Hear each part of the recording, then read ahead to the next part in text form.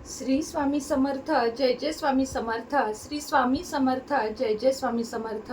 श्री स्वामी समर्थ महाराजांच्या नामस्मरणाने आजच्या व्हिडिओला सुरुवात करूया.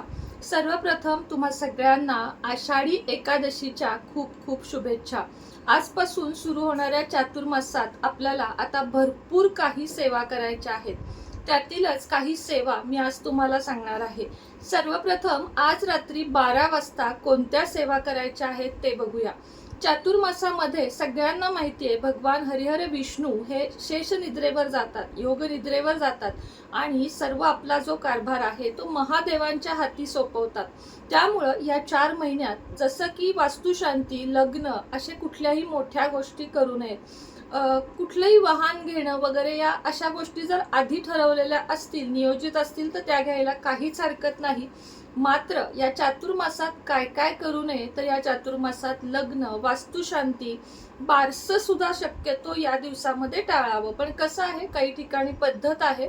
मोठं सगळ्यात काय, घर घेणं, वास्तुशांती आणि लग्न या 3 गोष्टी तर या दिवसांमध्ये बिलकुलही करू नयेत. कारण त्याचं एकच आहे की आपल्याला भगवान विष्णूंचा आशीर्वाद मिळण्यासाठी आणि चातुर्मासामध्ये या सगळ्या गोष्टी टाळल्या जातात. चातुर्मासामध्ये काय केलं जातं तर चातुर्मासामध्ये जेवढं तुम्हाला सात्विक भोजन करता येईल तेवढं करावं. मांसाहाराचं सेवन करू नये. त्याच पद्धतीनं कांदा, लसूण, वांग अशा पण काही गोष्टी बऱ्याच ठिकाणी सोडल्या जातात. कारण हे सगळं तामसिक भोजनामध्ये मोजलं जातं. कांदा, लसूण या गोष्टी खाल्ल्यानंतर आपल्या मुखाला एक वेगळाच गंध येतो, म्हणजे जो चांगला नसतो आणि म्हणूनच याला तामसिक आहार म्हटलं जातं.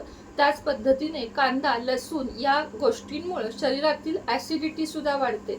मला मान्य आहे की कांद्याचे अनेक गुण पण आहेत, मात्र या चातुर्मासात आता जैन धर्म तर बघा, संपूर्ण आयुष्य काही लोक खात नाहीत, कारण ते देवधर्मासाठी तेवढंसं योग्य मानलं जात नाही. पण चला, हा प्रत्येकाच्या श्रद्धेचा आणि प्रत्येकाचा मानण्याचा भाग आहे. याच्यावर मी जास्त तुम्हाला काही सांगत नाही. मात्र जे करता येईल, ज्या सेवा करता येतील त्या मात्र आपल्याला नक्की करायच्या आहेत. आज रात्री 12 वाजता देवाच्या समोर उदबत्ती, दिवा, धूप, दीप हे सगळं लावून बसावं आणि रात्री 12च्या आधी साधारण एक 5 मिनिटं देवासमोर बसावं. ध्यान लावावं. ध्यान निद्रेत गेल्यानंतर आपण शांत व्हावं. आपल्या मनातील काम, क्रोध, लोभ, मोह, मत्सर या सगळ्या भावना काढून टाकाव्यात. की आज दिवसभरात काय झाले, कोणी दुखावले, कोणामुळे मी आजपर्यंत आयुष्यात रडले, कोणी मला त्रास दिला, या सगळ्या गोष्टींचा विसर पाडावा. कुठलाही क्रोध, कुठलाही राग, मोह, मत्सर हा आपल्याला सेवेपासून विचलित करतो आणि म्हणूनच या गोष्टी सेवेमध्ये आणू नयेत. आपण म्हणूनच कुठलीही सेवा करण्याच्या आधी 5 मिनिटं ध्यानानं बसावं आणि त्यानंतर सेवेला सुरुवात करावी. 5 मिनिट ध्यान करून झाल्यावर तुपाचा दिवा, तेलाचा दिवा, समई, धूप, दीप असं लावून सगळं वातावरण सुगंधित आणि प्रसन्न करून घ्यावं. ओम नमो भगवते वासुदेवाय नमः या मंत्राच्या किमान 11 माळी जप आज रात्री सगळ्यांनी करायचा आहे. काहीच नाही ना जमलं तुम्हाला तर 11 माळी ओम नमो भगवते वासुदेवाय नमः. ज्यांच्याकडे काही कारणाने माळ नाही त्यांनी 15 मिनिट तरी ओम नमो भगवते वासुदेवाय नमः या मंत्राचा जप करावा.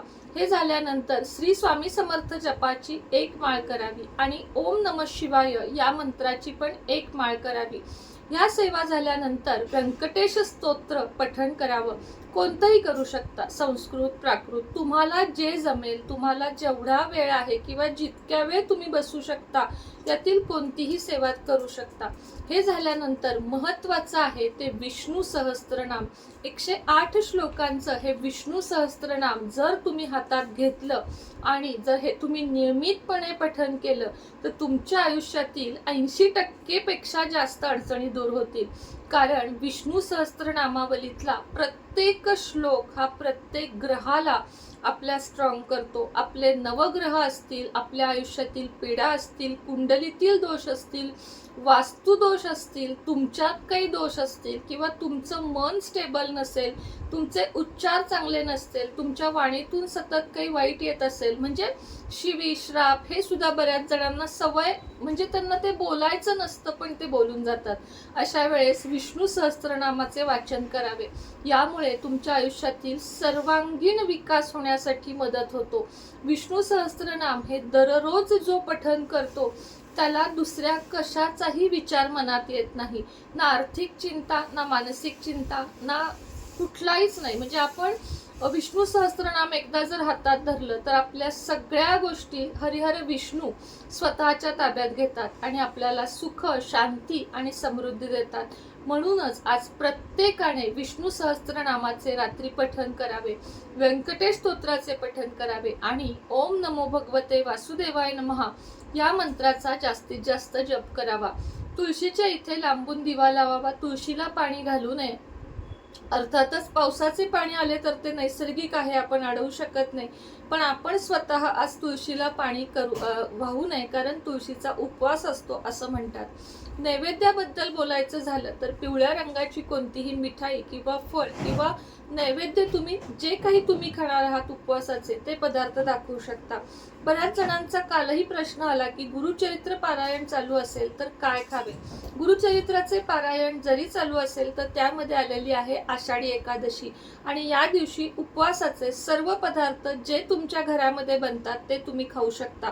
संध्याकाळी सुद्धा उपवास करायचाच आहे जरी तुमचं गुरुचरित्र पारायण चालू असेल तर छोटासा हा व्हिडिओ तुम्हाला उपयोगी वाटला का?